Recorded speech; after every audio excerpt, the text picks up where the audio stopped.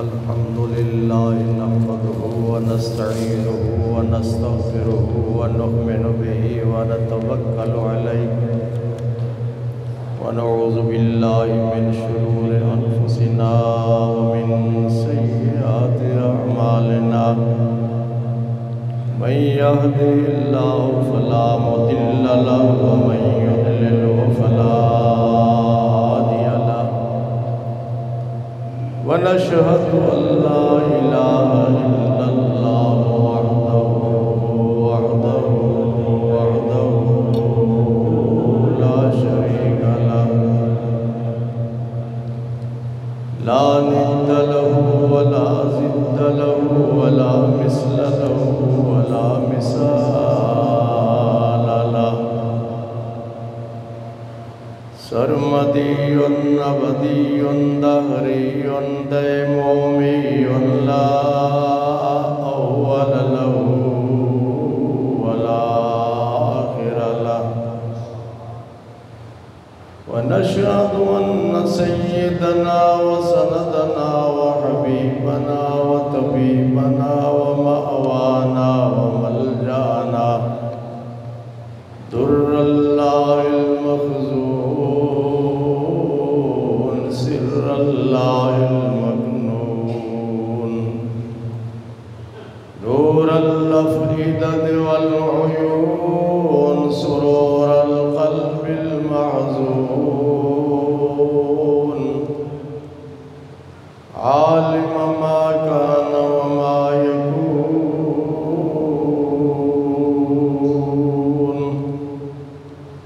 سيدنا ومولانا محمدا عبده ورسوله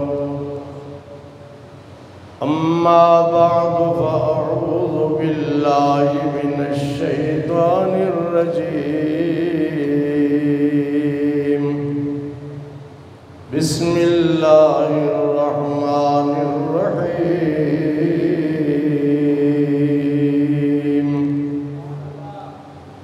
قل بفضل الله وبرحمته فبذلك فليفرحوا صدق الله مولانا العظيم وبلغنا رسوله النبي الأمين الكريم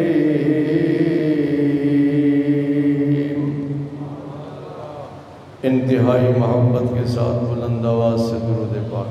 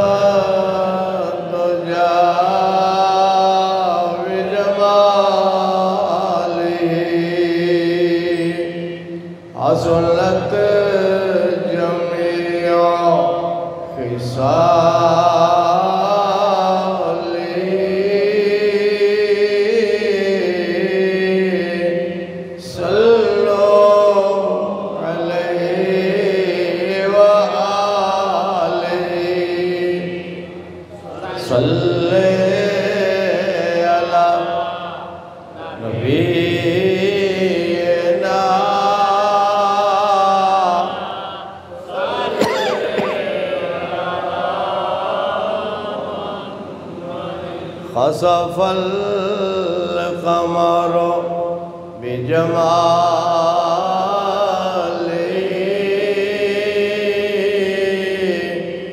نطق الحجر بجلاله عجز البشر بكماله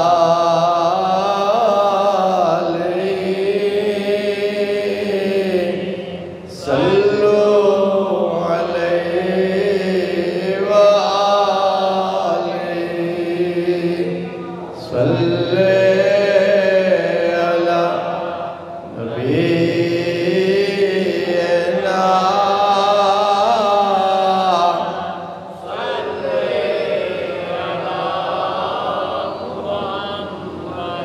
وہ جو نہ تھے تو کچھ نہ تھا وہ جو نہ ہو تو کچھ نہ ہو وہ جان ہے جہان کی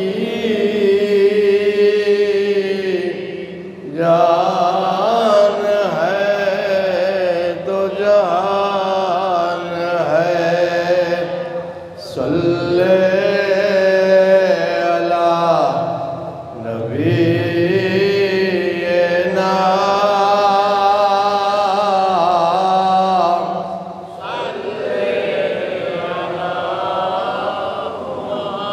وہ کمال حسن حضور ہے کہ گمان نفس جہاں نہیں یہی بھول غار سے دور ہے یہی شمع ہے کہ دعا نہیں صلی علی نبینا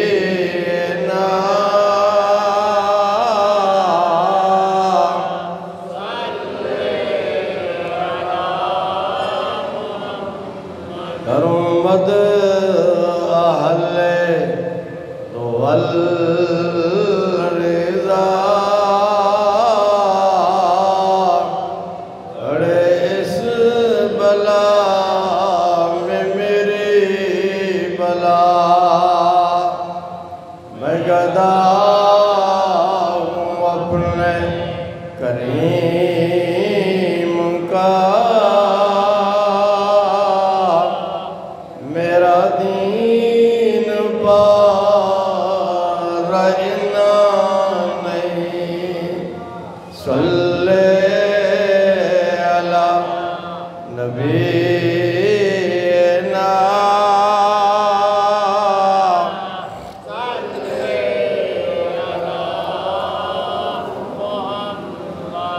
صلی علی شفیعنا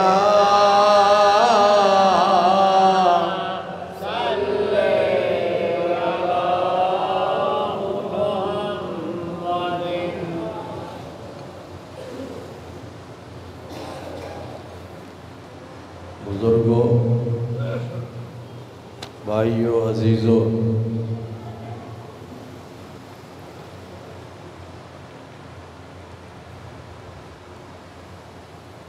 آج کی تقریر کا موضوع ہے حضور صلی اللہ علیہ وسلم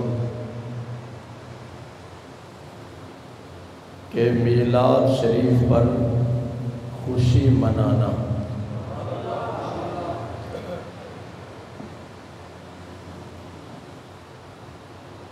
ہر سال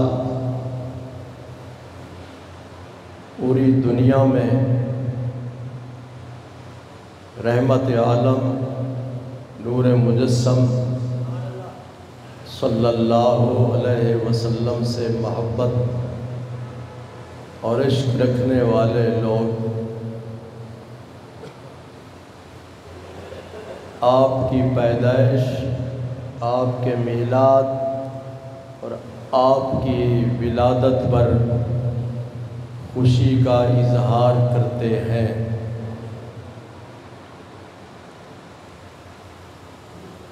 سوال یہ پیدا ہوتا ہے، کیا شریعت کے مطابق میلاد پر خوشی منانا درست ہے یا نہیں؟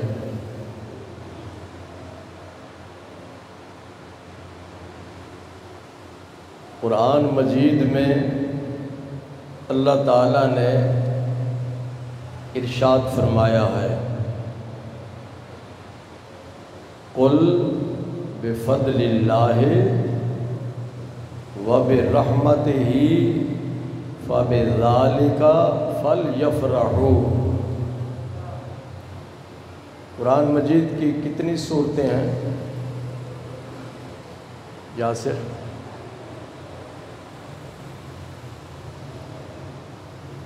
اسامہ، کتنی صورتیں ہیں؟ قرآن مجید کی کتنی صورتیں ہیں؟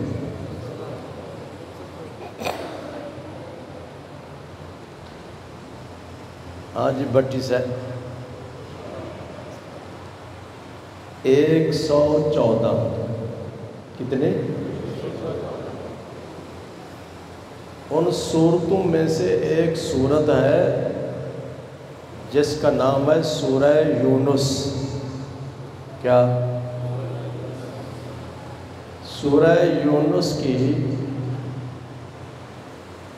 آیت نمبر 51۔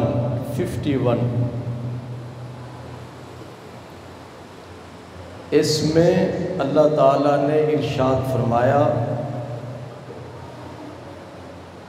پیارے محبوب صلی اللہ علیہ وسلم، آپ اپنی پیاری زبان سے ارشاد فرمائیں۔ آپ قل، آپ فرما دیں، بفضل اللہ وبرحمتہ، اللہ کے فضل اور اللہ کی رحمت۔ آپ فرما دیں اللہ کے فضل اور اللہ کی رحمت پر فَلْيَفْرَحُوا، خوب خوشیاں مناؤ، خوب۔ اللہ فرماتا ہے، ہماری بات کوئی مانے نہ مانے، اللہ کی بات تو ماننی ہے۔ لوگ جلسے کرتے ہیں، جلوس نکالتے ہیں، اسی طرح اپنے گھروں کو سجاتے ہیں، مختلف قسم کے صدقہ خیرات وغیرہ کرتے ہیں حضور صلی اللہ علیہ وسلم کے میلاد کی خوشی میں۔ اللہ تعالیٰ کا حکم ہے، اللہ کا حکم ہے کہ اللہ کے فضل، جو اللہ نے تم پر فضل کیا ہے، اور اللہ کی رحمت پر خوب خوشیاں مناؤ۔ فضل کیا چیز ہے؟ جو اللہ نے رزق دیا یہ بھی فضل ہے، اللہ نے دکان دی یہ بھی فضل ہے، اللہ نے فیکٹری دی یہ بھی فضل الہی ہے، مکان دیا یہ بھی فضل الہی ہے، اولاد دی یہ بھی فضل الہی ہے۔ تو اللہ تعالیٰ نے انسان کو جو نعمتیں عطا فرمائیں، فرمایا خوب خوشیاں مناؤ، ناشکری نہ کرو۔ اللہ تعالیٰ نے آنکھیں دی، یہ اللہ کی نعمت ہے، ہاتھ دیے اللہ کی نعمت ہے، زبان دی اللہ کی نعمت ہے، بولنے کی طاقت عطا فرمائی اللہ کی نعمت ہے، سننے کی طاقت عطا فرمائی اللہ کی نعمت ہے، چلنے کی طاقت عطا فرمائی یہ نعمت ہے، ہاتھ دیے نعمت ہے، سر کے بالوں سے لے کر پاؤں کے ناخن تک پورا جسم اللہ تبارک و تعالیٰ کی نعمت ہے۔ سورج بھی اللہ کی نعمت ہے، چاند بھی اللہ کی نعمت ہے، ہوا بھی اللہ کی نعمت ہے، اسی طرح پانی بھی اللہ کی نعمت ہے۔ یہ ساری نعمتیں اللہ تبارک و تعالیٰ نے ہمیں عطا فرمائی، یہ اللہ کا فضل و کرم ہے، اللہ کا فضل و کرم ہے۔ اور ارشاد فرمایا اللہ کی رحمت پر بھی خوشی کا اظہار کرو۔ اور اللہ کی رحمت کیا ہے؟ یہ ساری رحمتیں ہیں، لیکن سب سے بڑی رحمت حضور صلی اللہ علیہ وسلم کی ذات پاک ہے۔ اللہ ارشاد فرماتا ہے، اللہ ارشاد فرماتا ہے وَمَا أَرْسَلْنَاكَ إِلَّا رَحْمَةً لِّلْعَالَمِينَ، ہم نے آپ کو کائنات کے ذرہ ذرہ کے لیے رحمت بنا کر بھیجا۔ ہم نے آپ کو کائنات کے ذرہ ذرہ کے لیے رحمت بنا کر بھیجا۔ باقی ساری چیز جو بھی نعمت ہے اللہ کا فضل بھی ہے، اللہ کی رحمت بھی ہے، لیکن اللہ تبارک و تعالیٰ کا سب سے بڑا فضل اور سب سے بڑی نعمت حضور صلی اللہ علیہ وسلم کی ذات پاک ہے۔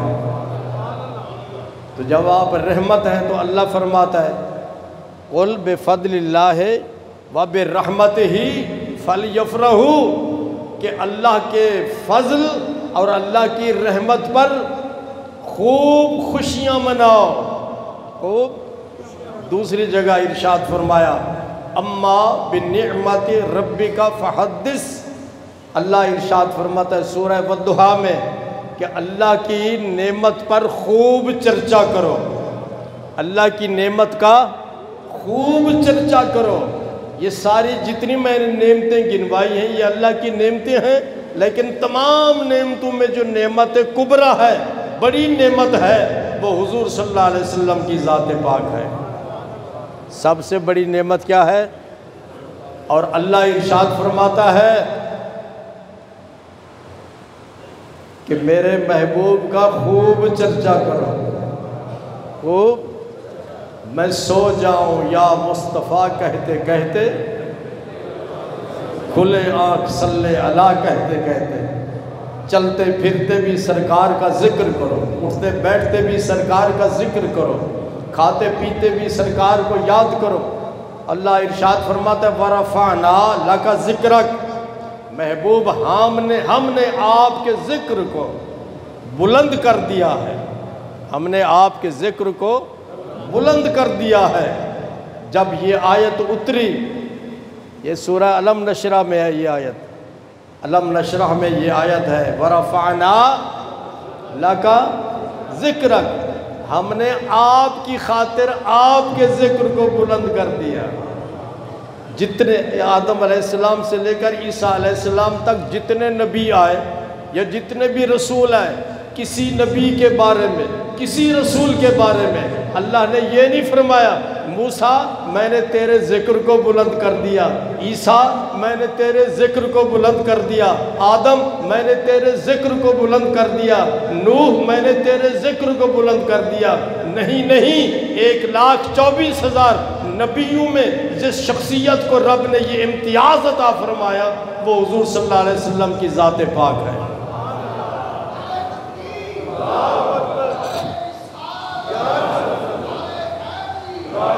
ہم نے آپ کے ذکر کو بلند کر دیا۔ جب یہ آیت جبریل لے کر آئے تو حضور صلی اللہ علیہ وسلم نے ارشاد فرمایا جبریل میرے رب سے پوچھو کہ تو نے میرے ذکر کو کس طرح بلند کر دیا ہے، میرے ذکر کو کیسے بلند کر دیا۔ حضرت جبریل اللہ تعالیٰ کی بارگاہ میں حاضر ہوئے، یا کہ پیارے حبیب صلی اللہ علیہ وسلم عرض کرتے ہیں کہ آپ نے میرے ذکر کو کیسے بلند کر دیا۔ اس کے جواب میں اللہ تعالیٰ نے ارشاد فرمایا اذا ذکرت ذکرت معی، اذا ذکرت ذکرت معی، محبوب جہاں میرا ذکر ہوگا آپ کا بھی ذکر ہوگا، جہاں میرا ذکر ہوگا آپ کا بھی ذکر ہوگا۔ اب اذان میں دیکھیں ہم کہتے ہیں اشہد ان لا الہ الا اللہ، اس کے بعد کیا پڑھتے ہیں اشہد ان محمد الرسول اللہ۔ اقامت پڑھتے ہیں تو اس میں بھی اشہد ان لا الہ الا اللہ، اور اس کے بعد اشہد ان محمد الرسول اللہ، کلمہ پڑھتے ہیں تو لا الہ الا اللہ محمد الرسول اللہ، تو اللہ تعالیٰ نے ارشاد فرمایا محبوب جہاں میرا ذکر ہوگا تیرا بھی ذکر ہوگا۔ فرشتے اللہ کا ذکر کرتے ہیں، انہیں بھی پابند کیا گیا کہ میرے ذکر کے ساتھ میرے محبوب کا ذکر کرو۔ جنت کی حوریں بھی اللہ کا ذکر کرتی ہیں، انہیں بھی پابند کیا گیا کہ میرے محبوب کا بھی ذکر ساتھ ساتھ کیا کرو۔ نبیوں نے اللہ کا ذکر کیا تو ان کو بھی پابند کیا گیا کہ میرے ذکر کے ساتھ میرے محبوب کا بھی ذکر کیا کرو۔ سمجھ رہے ہیں آپ؟ تو فرمایا تمام نعمتوں میں سب سے بڑی نعمت کیا ہے؟ حضور صلی اللہ علیہ وسلم کی ذات پاک ہے۔ اللہ ارشاد فرماتا ہے ان کا خوب چرچا کرو، اور دوسری آیت میں فرمایا سورہ یونس کی آیت میں کہ خوب خوشیاں مناؤ، خوب خوشیاں مناؤ۔ حضور صلی اللہ علیہ وسلم کی والدہ ماجدہ جب آپ کی ولادت کا وقت قریب آیا، مکہ میں تھی نا جی، ابو لہب آپ کا چچا تھا، ابو لہب آپ کا چچا تھا، اس نے اپنی لونڈی کو بھیجا، اس کا نام تھا سویبہ۔ کیا نام تھا اس کا؟ سویبہ۔ سویبہ کو کہا کہ میرے بھائی کے گھر بچہ پیدا ہونے والا ہے، جاؤ میری بھابھی کی خدمت کرو، جاؤ بھابھی کی خدمت کرو، اکیلی ہے۔ چنانچہ سویبہ حضرت آمنہ رضی اللہ تعالیٰ عنہ کی خدمت میں حاضر ہوئی، آپ کی خدمت کی دن رات ایک کر دیا، خدمت میں وقت گزرتا رہا، آخر وہ وقت آیا کہ حضور صلی اللہ علیہ وسلم کی ولادت ہوئی۔ ولادت کے واقعات سیرت کی کتابوں میں بڑی تفصیل کے ساتھ لکھے ہوئے ہیں، جو اچھی کتابیں ہیں سیرت کی۔ ایک پروفیسر گزرے نور بخش توکلی رحمۃ اللہ علیہ، انہوں نے بھی سیرت رسول عربی لکھی ہے، مختصر ہے، آسان ہے اور جامع ہے۔ سیرت بولو رسول، جو آپ لوگوں میں جو پڑھے لکھے ہیں وہ بازار سے خرید کر کے اس کا مطالعہ کریں۔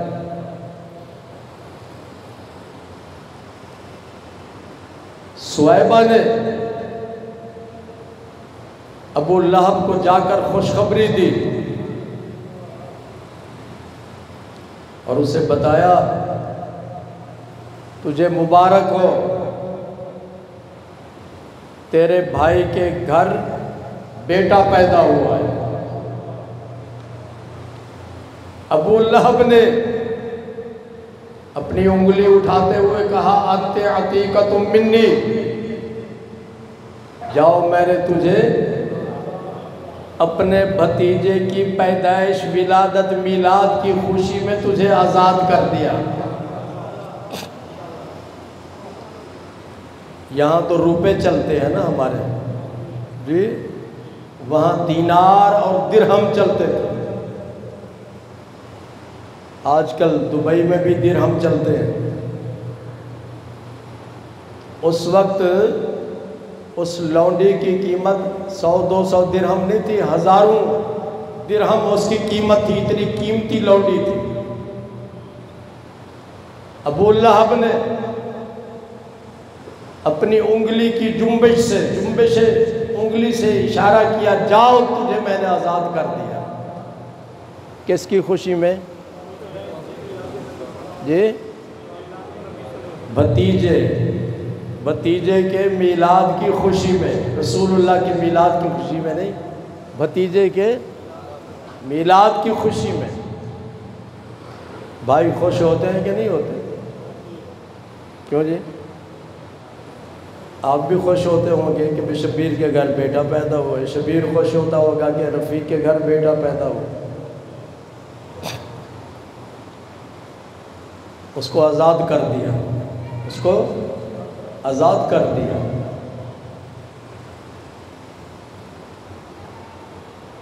40 سال حضور صلی اللہ علیہ وسلم کی عمر مکمل ہوئی، آپ نے اپنی نبوت کا اعلان فرمایا، اپنی نبوت کا کہ میں اللہ کا نبی اور اللہ کا رسول ہوں۔ مکہ مکرمہ میں اپنی نبوت کا اعلان کیا، انی رسول اللہ الیکم جمیعا، اللہ نے مجھے تمام قیامت تک آنے والے تمام انسانوں کے لیے نبی اور رسول بنا کر بھیجا۔ صرف انسانوں کے لیے نہیں، اللہ کی ساری مخلوق کے لیے۔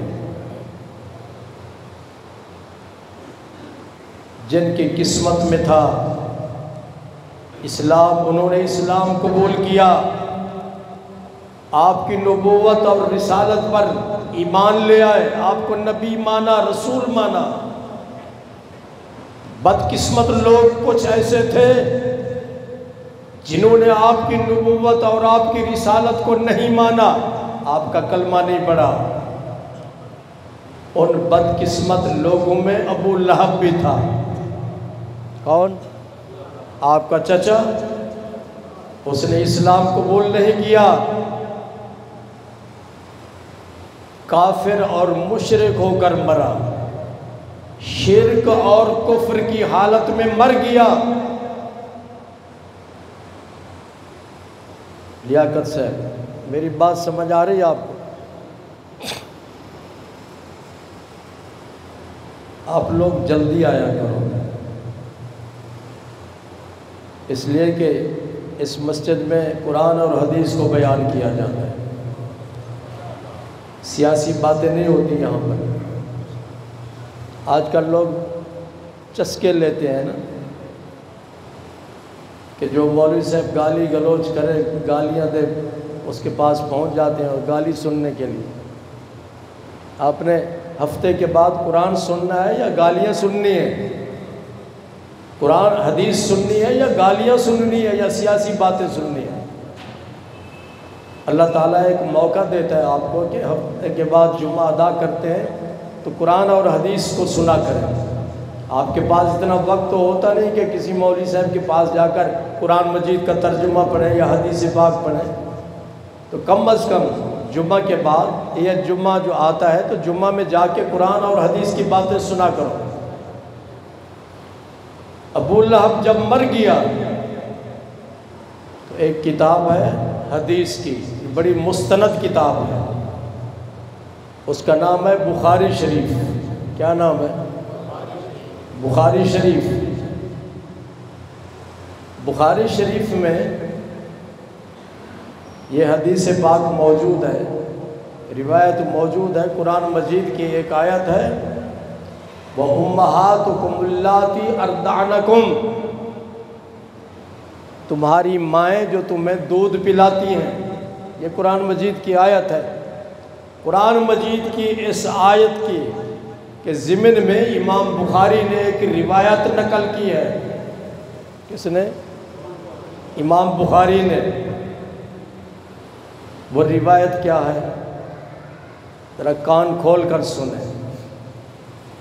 امام بخاری فرماتے ہیں جب ابو لہب مر گیا تو خواب میں ابو لہب کو اس کے کسی رشتہ دار نے دیکھا، کسی نے دیکھا تو ابو لہب سے پوچھا کہ بتاؤ قبر میں تمہارا کیسا وقت گزر رہا ہے؟ تم مشرک ہو کر مرے تھے، کافر ہو کر مرے تھے تو بتاؤ خواب میں۔ انہوں نے پوچھا کہ قبر میں تمہارا کیسا وقت گزر رہا ہے؟ اور یہ بات یاد رکھو بھائی سارے، دنیا میں تو ہم جھوٹ بول لیتے ہیں، جیسا کہ آج کل مشینیں چلی ہوئی ہیں، جھوٹ کی کہ نہیں؟ ہر شخص کی زبان پر ہے فلاں ڈاکو ہے، فلاں چور ہے۔ کیا کسی عدالت نے کہا کہ یہ ڈاکو اور چور ہے؟ ایسے واہی تباہی باتیں چلتی رہتی ہیں، اور ایک دوسرے پہ بہتان بھی لگاتے ہیں، الزام بھی لگاتے ہیں لوگ۔ بہتان لگانا، الزام لگانا گناہ کبیرہ ہے، گناہ، اور کسی کو گالی دینا یہ بھی گناہ کبیرہ ہے۔ حضور صلی اللہ علیہ وسلم نے ارشاد فرمایا المسلم من سلم المسلمون من لسانہ و یدہ، فرمایا کامل مسلمان وہ ہے جس کی زبان سے، جس کے ہاتھ سے دوسرے مسلمان محفوظ رہیں۔ کسی پر ہاتھ بھی نہ اٹھاؤ اور اپنی زبان سے بھی کسی کو گالی نہ دو اور تکلیف نہ پہنچاؤ۔ دنیا میں تو انسان جھوٹ بولتے رہتے ہیں، جیسا کہ جھوٹ کی مشینیں آج کل چلی ہوئی ہیں، لیکن یہ بات یاد رکھو جب قبر میں جائیں گے تو جو مردے ہوتے ہیں وہ جو بھی بات کرتے ہیں وہ سچی ہوتی ہے۔ سمجھ رہے ہیں؟ مردہ قبر میں جھوٹ نہیں بولتا، جو بھی بات کرتا ہے وہ سچی ہوتی ہے۔ ابو لہب کو خواب میں دیکھا اس کی فیملی کے کسی آدمی نے، یہ تو امام بخاری نے روایت نقل کی، تو اس کی شرح میں لکھتے ہیں کہ ابو لہب کے بھائی حضرت عباس، حضور صلی اللہ علیہ وسلم کے دوسرے چچا، یہ مسلمان ہو گئے تھے۔ انہوں نے خواب میں دیکھا، ابو لہب سے پوچھا بھائی کیسا وقت گزر رہا ہے قبر میں؟ ابو لہب نے کہا نہ پوچھو، میں قبر میں بڑی بہت ہی بری حالت میں ہوں، قبر میں بہت ہی بری حالت میں ہوں۔